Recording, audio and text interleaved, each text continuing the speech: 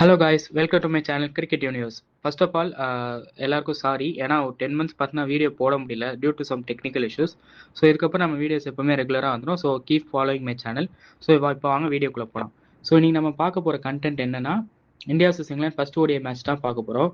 So first toss win பண்ண England batting choose பண்ணாங்க. Actually அது ஒரு செகண்ட் பேட்டிங் ஃபேவராக உள்ள பிச்சு தான் அது ஆக்சுவலி பவுலிங் சூஸ் பண்ணிக்கலாம், பட் பேட்டிங் சூஸ் பண்ணாங்க.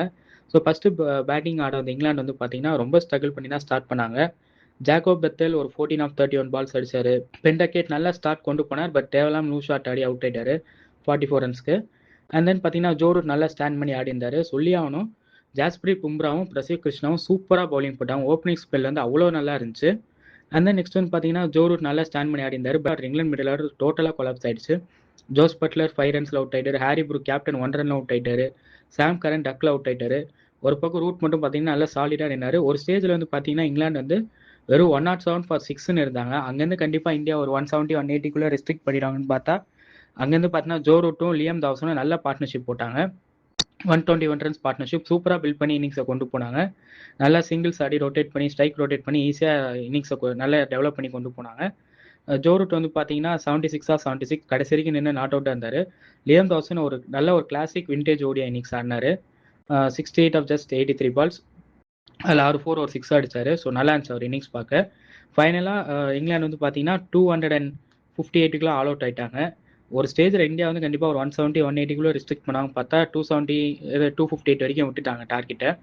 ஸோ அதுக்கப்புறம் பேட்டிங் செகண்ட் டார்கெட்டை சேஸ் பண்ண வந்த இந்தியா வந்து பார்த்தீங்கன்னா சுக்மன் கில் நல்லா ஸ்டார்ட் பண்ணார். அவர் ஸ்டார்ட் வந்து பண்ண ரொம்ப இம்ப்ரெசிவாக இருந்துச்சு. நல்லா அட்டாக்கிங்காக ஸ்டார்ட் பண்ணார்.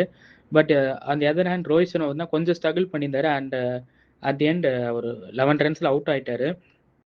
அவர் அவுட் ஆனப்போ ஸ்கோர் வந்து பண்ணால் 43 for 1 இருந்துச்சு.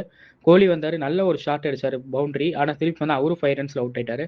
அவங்க ரெண்டு பேருமே அவங்க ஆர்னர்லேயே தெரிஞ்சிடும் கொஞ்சம் ரஸ்டியாக இருந்தாங்க, கொஞ்சம் கேப் விட்டாருலாம் கொஞ்சம் ரஸ்டியாக இருந்தாங்கன்னு தெரிஞ்சுது. ஸோ என்னன்னு பார்த்தா அதுக்கப்புறம் பார்த்தீங்கன்னா 48 for 2 இந்தியா ஒரு மாதிரி கிரிட்டிக்கலான சுச்சுவேஷன்லாம் இருந்தாங்க. அங்கேருந்து பார்த்தீங்கன்னா கேப்டன் சுக்மன் கில்லும் ஸ்ரேயஸ் ஐயரும் நல்ல பார்ட்னர்ஷிப் போட்டாங்க.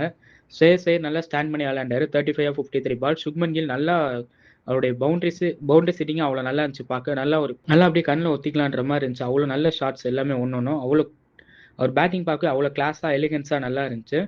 நல்ல பார்ட்னர்ஷிப் கொண்டு போயிருந்தாங்க. பட் அன்ஃபார்ச்சுனேட்லி சுக்மன் கில்லுக்கு ஹாம்ஸ்ட்ரிங் இன்ஜுரி வந்ததுனால அவர் 80 ரன்ஸ்ல ரிட்டையர் ஹர்ட் ஆயிட்டாரு. இல்லைனா கன்ஃபார்ம் இன்னைக்கு செஞ்சுரி போட்டிருப்பாரு. அவர் வந்து பார்த்தீங்கன்னா ரிட்டையர் ஹர்ட் ஆயிட்டாரு. அதுக்கப்புறம் பார்த்தீங்கன்னா உடனே ஸ்ரேயஸ் ஐயரும் பார்த்தீங்கன்னா ரன் அவுட் ஆயிட்டாரு. அதெல்லாம் ரொம்ப ஜாகிங் பண்ணியிருந்தாருங்க ரன் அவுட். அதெல்லாம் ஃபீல்டர் அப்படியே பார்த்துட்டே ஓடுறாரு. அதெல்லாம் கொஞ்சம் அவாய்ட் பண்ணியிருக்கலாம். ரொம்ப கேஷுவலாக ஓடினாரு. அதனால அவர் பார்த்தீங்கன்னா 35 ரன்ஸ்க்கு அவுட் ஆயிட்டாரு. அடுத்து அந்த கேஎல் ராகுல் 1 ரன்ல ரொம்ப loose shot inside is bowled. அதனால பார்த்தா மறுபடியும் பார்த்தீங்கன்னா இந்தியா 160 for 4ன்னு ஒரு ஸ்பாட் ஆஃப் பாத்தரில் தான் இருந்தாங்க. இங்கிலாந்து வந்து பார்த்தீங்கன்னா நல்லா கம்பேக் கொடுத்துருந்தாங்க. சேஸ் வாஸ் ஆன் மாதிரி தான் தெரிஞ்சது. ரெண்டு டீமுமே நல்லா ஈக்குவலாக தான் இருந்தாங்க. பட் அங்கேருந்து பார்த்தீங்கன்னா நம்ம 2 ஸ்பின் ஆல்ரவுண்டர்ஸ் வாஷிங்டன் சுந்தரும் அக்ஷர் பட்டேலும் சூப்பராக பேட்டிங் ஆடினாங்க. நல்ல ஒரு பார்ட்னர்ஷிப் அவங்களுக்கு இடையில 100 ரன்ஸ் பார்ட்னர்ஷிப் சூப்பராக இருந்துச்சு அது பார்க்கவே. ஒரு பக்கம் வாஷிங்டன் சுந்தர் என்னதான் ஸ்க்ராட்சியாக கொஞ்சம் ஸ்ட்ரகிள் பண்ணியிருந்தாலும் அவர் விக்கெட் விடாமல் ஆடினாரு. ஒரு பக்கம் அக்ஷர் பட்டேல் ஃபஸ்ட்டு ஒரு 10 to 15 பால்ஸ் டைம் எடுத்தாலும் அதுக்கப்புறம் நல்லா ஆக்சலரேட் பண்ணி ஆடினாரு. எஸ்பெஷலி அந்த வில்ஜாக்ஸ் ஒரு 6 விட்டார் இருப்பாருங்க, அதெல்லாம் பயங்கரமாக இருந்துச்சு. விண்டேஜ் அக்ஷர் பட்டேல் ஷாட் தான் அதெல்லாம். நல்லா இருந்துச்சு அவர் ஆடின ஷாட் பார்த்துருக்கே. அங்கேருந்து பார்த்தீங்கன்னா அக்ஷர் பட்டேல் மொமெண்டம் விடவே இல்லை.